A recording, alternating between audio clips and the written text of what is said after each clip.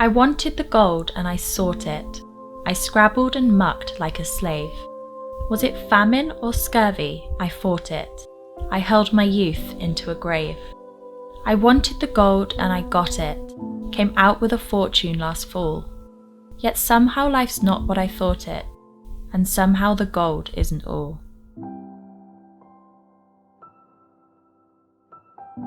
No, there's the land. Have you seen it? It's the cussedest land that I know. From the big dizzy mountains that screen it to the deep death-like valleys below. Some say God was tired when he made it. Some say it's a fine land to shun.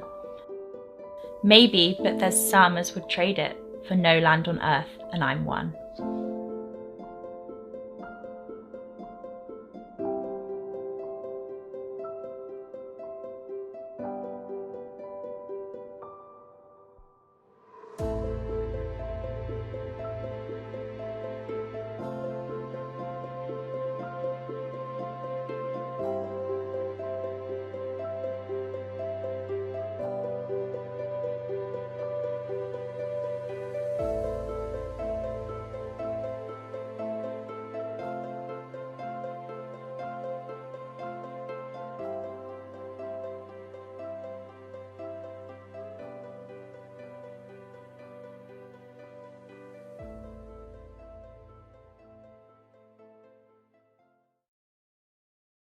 The first step of this journey begins with an immersion into the Tagish First Nation culture during their first Harkusti celebration in Carcross, their inland Tlingit celebration. For as long as the Tlingit have lived on the shore of the large inland lakes, July has been a season of coming together and celebrating. The goal is to welcome newcomers and to bring together families, elders, clans, tribes, artists, and old friends. It's a traditional day where their culture, their Tlingit art and performances are shared with the community. It is a day to celebrate the bounty and beauty of the land and water of Carcross, Yukon. The Tagish First Nation community in Carcross is mandated to protect the environment, health, education and Aboriginal rights of the citizens, to continue to preserve and protect the culture, traditions and languages for our future generations.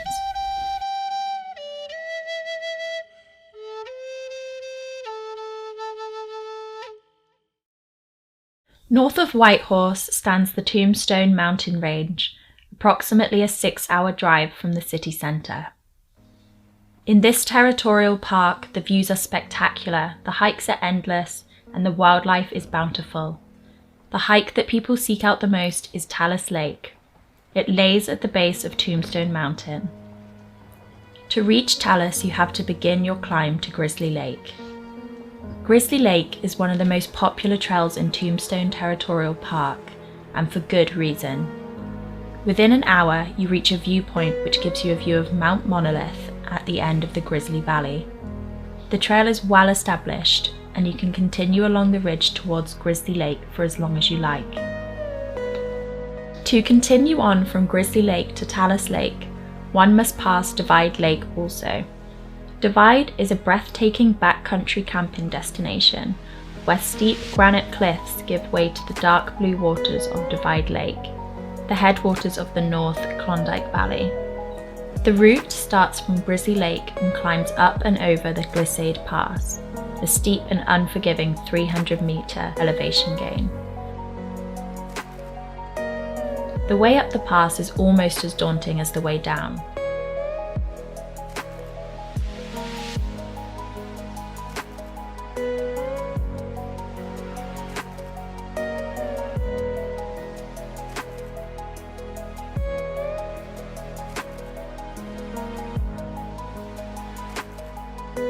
At Talus Lake, you will finally get to admire the view of the iconic Tombstone Mountain, as well as a face of Mount Monolith. To reach Talus Lake, the hike begins at the Divide Lake campgrounds with a gradual ascent over Tombstone Pass.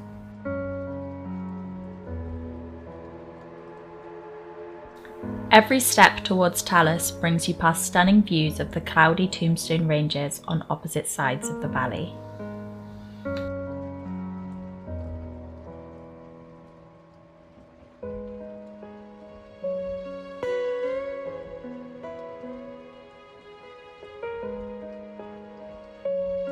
You come to get rich, damn good reason.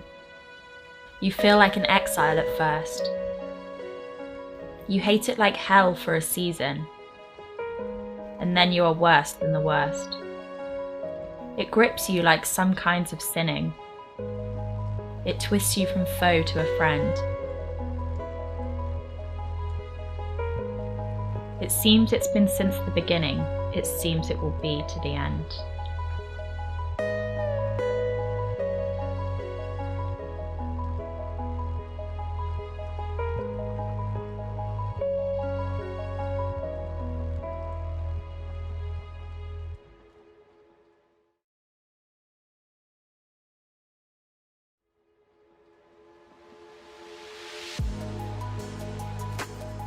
The summer no sweeter was ever, the sunshiny woods all a thrill, the grayling a-leap in the river, the bighorn asleep on the hill, the strong life that never knows harness, the wilds where the caribou call, the freshness, the freedom, the farness, oh God, how I'm stuck on it all.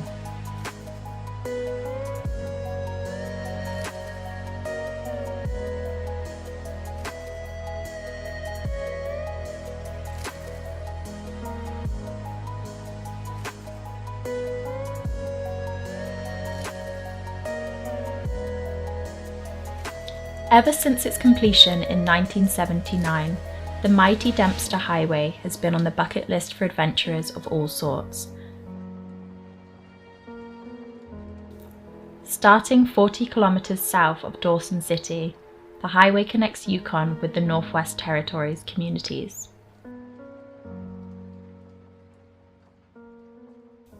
The Dempster is like no other place in North America.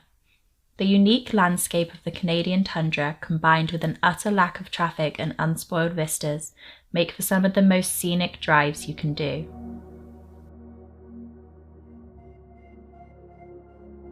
The highway is open year-round except for periods during spring thaw and fall freeze-up when the river crossings could be closed.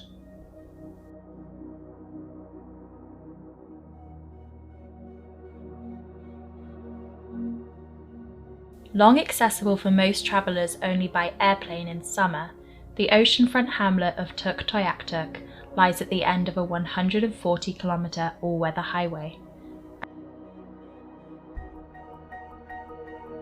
Over the years, it has served as base for the Invialuit caribou and the beluga hunting, and a centre of oil and gas exploration.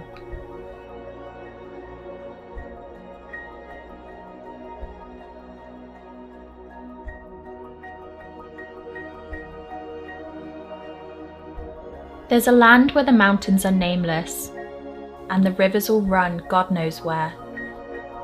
There are lives that are erring and aimless, and deaths that just hang by a hair. There are hardships that nobody reckons.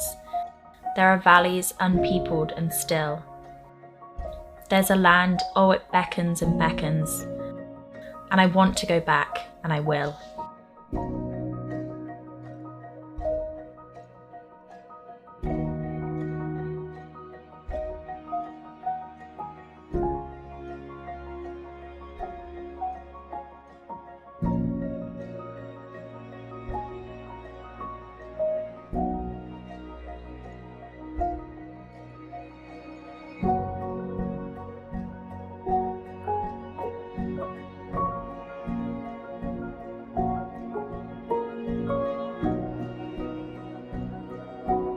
They're making my money diminish. I'm sick of the taste of champagne. Thank God when I'm skinned to a finish, I'll pike to the Yukon again. I'll fight and you bet it's no sham fight. It's hell, but I've been there before. And it's better than this by a damn sight. So for me, the Yukon once more.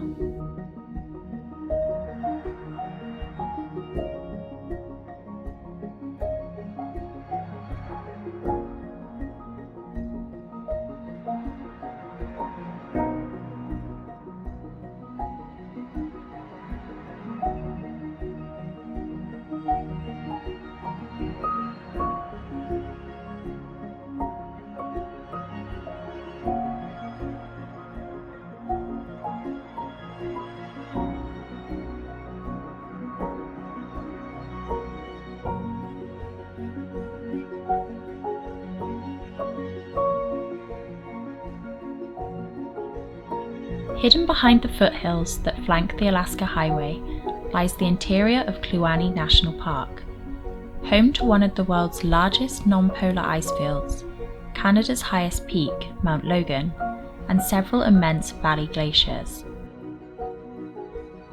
The hike in the park's Slims West Trail is a 64-kilometre backpack trip which culminates in an epic vantage of the Kaskawolsh Glacier from Observation Mountain. When the water level is low, people have been known to hike along the riverbed. The English name of the river, Slims, refers to a horse that sank and was killed in the dangerous quick mud, so it's best to watch where you step.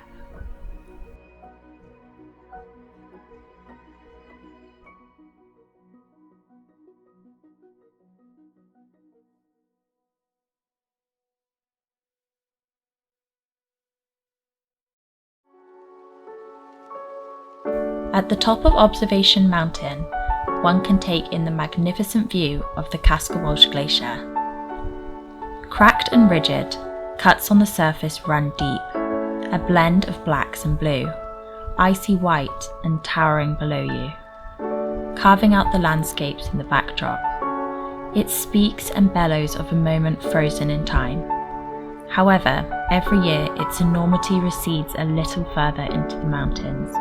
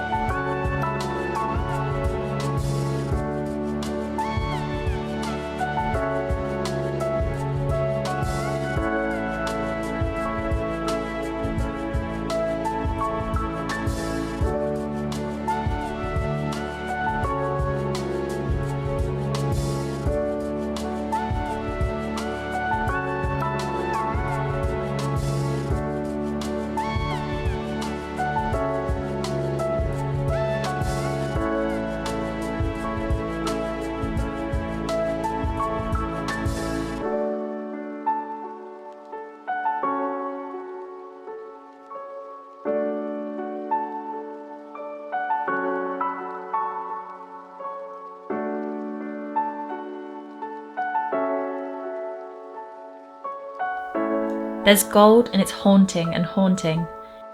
It's luring me on as of old. Yet it isn't the gold that I'm wanting, so much as just finding the gold.